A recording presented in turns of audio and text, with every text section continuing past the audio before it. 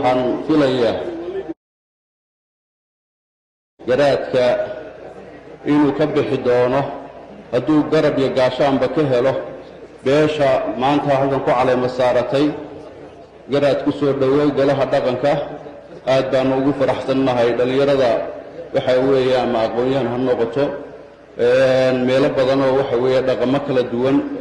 wax ka soo aragtay ee dhaqanka hadda ku soo biiray garaad hawl culus baa waxa weeyaan maanta lagu duubay ilaahay ha kuu fududeeyo waqti adag baa lagu jiraa marka waxa weeyaan dhaqanka la caleema saarayo oo xafladiisa iyo hawshiisa lagu jiro runtii wanaag badan soo dhoweyn badan dardaaran badan intaba waa lagu siinaya dad badan oo waxa weeyaan la dardaarmaya beesha ama waxa weeyaan ama adigaba way jiraya garaad horta waxaa lagaaga baahan yahay marka ugu horraysa inaad waxa weeye caqligaaga iyo xooggaaga iyo inaad ciirsato inta badan dardaaranku waxa weeyaan ma fulo runtii reerka waxa weeyaan maanta oo odagu u yahay garaad maxamed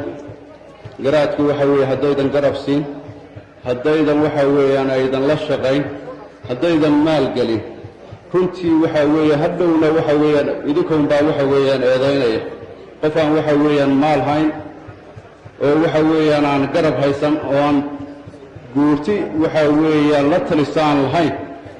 waxa weeyaan garaadku wax uu qaban karaaba iska yar oo hawl walbana waxa weeye asagii aad gondihiisa keentaan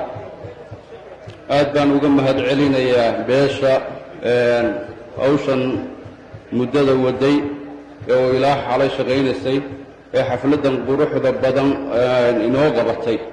aad baad u mahadsantihiin soo dhoweynta ilaa xalay aad waday iyo ilaa hadartadaaba socota aad baan idinka mahad celinaynaa runtii waqti adag baa lagu jiraa garaad waxaad ku soo beegmatay waqti adag baad ku soo beegmatay dhibaatooyin fara badan ay jiraan ama bari ha jiraan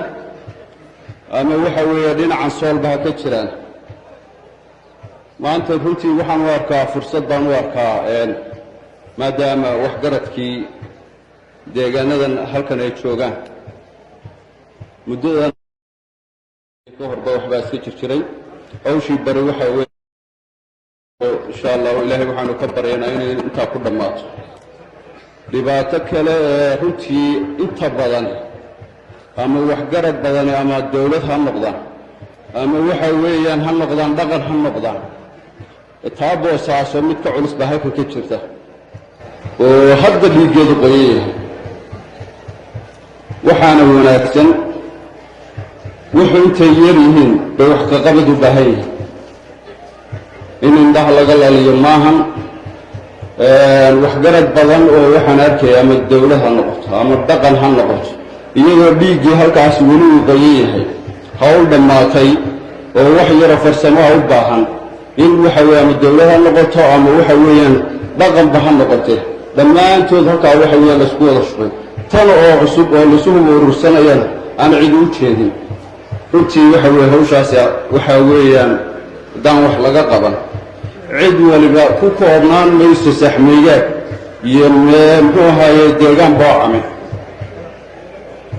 dhammaantood wayna saamaynaysaa marka idinkaa waxa weye beeshan weliba maanta garaadka ama warsangeliba ha noqoto warsangeli waxaa looga baahan yahay walaalihiidu waxa weeyaan haddii ay ama iyagu si undubuuxi waayeen ama iskala saari waayeen ama dawlad kala saartay waayeen inaad waxa weeyaan aad caqli u noqotaan runtii idinkaa laydinka baahan yahay aad baana idinka mahad celinaya wasalaamu calaykum waraxmat ullahi wabarakaatu